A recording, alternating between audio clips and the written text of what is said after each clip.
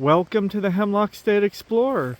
Today we are in Schuylkill County investigating the Swatara Furnace. As you can see, a relatively well-preserved furnace, and we'll just pan back around and you can see how easy it is to get to.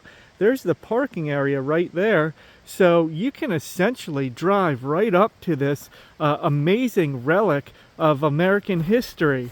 We'll take a walk around the outside, and then we'll get closer and take a peek up inside the furnace.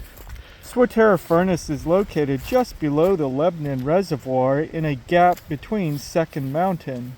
Swatara Furnace was constructed at circa 1830 and was the first charcoal iron furnace in Schuylkill County.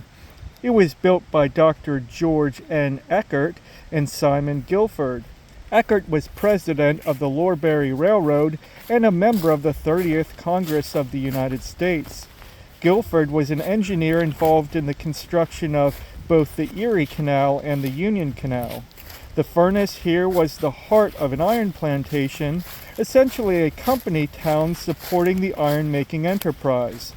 All that remains now is the furnace itself and the water wheel pit and the remains of a dam breast on Mill Creek.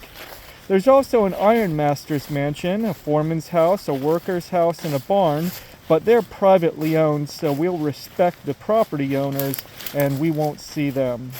Swatara was a charcoal hot blast furnace. Hot blast furnace technology was first introduced to America from Scotland in the 1830s.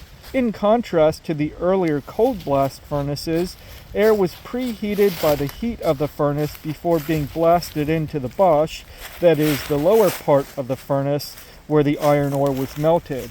It significantly increased efficiency by allowing the furnace to reach hotter temperatures. Operation of the furnace was short-lived.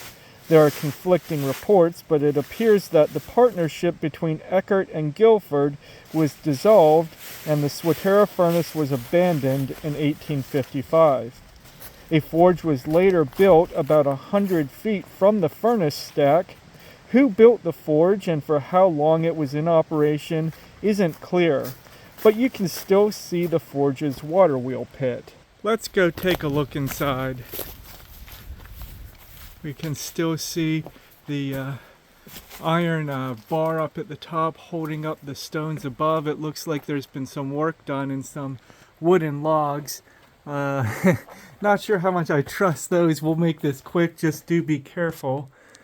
Take a look up. Okay, we're looking up through the stack and it looks like it's covered at the top. I can see from the outside that there's a tarp, presumably to prevent additional damage.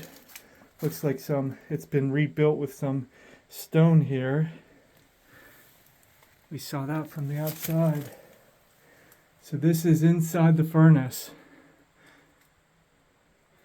So that's the charging port where the raw materials, the limestone, the iron ore, and the charcoal would have been charged, and we were standing in the bosch. That's the hottest part where the melting of the iron ore occurs, and that would have reached temperatures of up to 3,000 degrees Fahrenheit. And wow, even without the furnace, look at those golden leaves. This is a beautiful area.